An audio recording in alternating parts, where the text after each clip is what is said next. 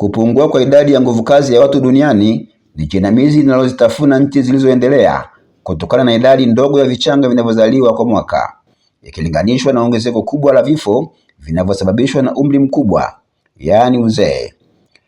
Baadhi ya mataifa ya Ulaya na Asia yanayokabiliwa na changamoto hiyo ni pamoja na Ugiriki, Italy, Ujerumani, Japan, Korea Kusini, China na Singapore.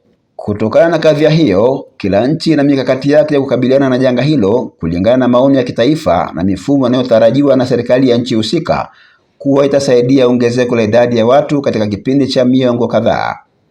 Tutazame hali ilivyo nchini Japani. Idadi ya watoto wanaozaliwa nchini humo imeshuka hadi kufikia vichanga 686,061 mwaka 2021, sawa na kiwango cha kuzaliana cha 1.15 kwa mwanamke mmoja.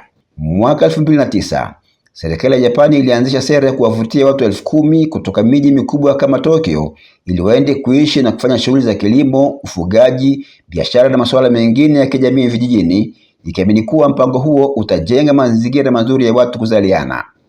Wakazi wa mijini wanaohamia vijijini kwa hiari nchini Japan hupewa mafao. Familia zenye watoto hupewa yeni milioni 1 kila mwezi kwa kila mtoto aliye na umri chini ya miaka 18, na kwa vijana ambao bado hawajaoa ama kuolewa hupewa yeni 6,000 kila mwezi. Mchakato huo unahusu hata wageni waishio nchini Japani wenye nia ya kuishi na kuchangamkia fursa mbalimbali zilizopo vijijini, ili mradi tu awe na hadhi ya ukaazi inayotambulika kisheria na serikali ya nchi hiyo.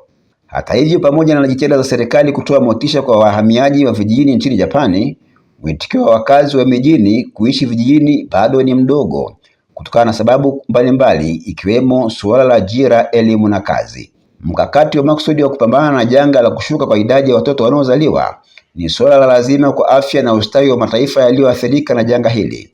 Athari zinazoikumba Japani hivi sasa kutokana na changamoto ya mapungufu ya kuzaliana ni pamoja na ongezeko la mzigo mkubwa kwa mifuko ya ustawi wa jamii nchini humo.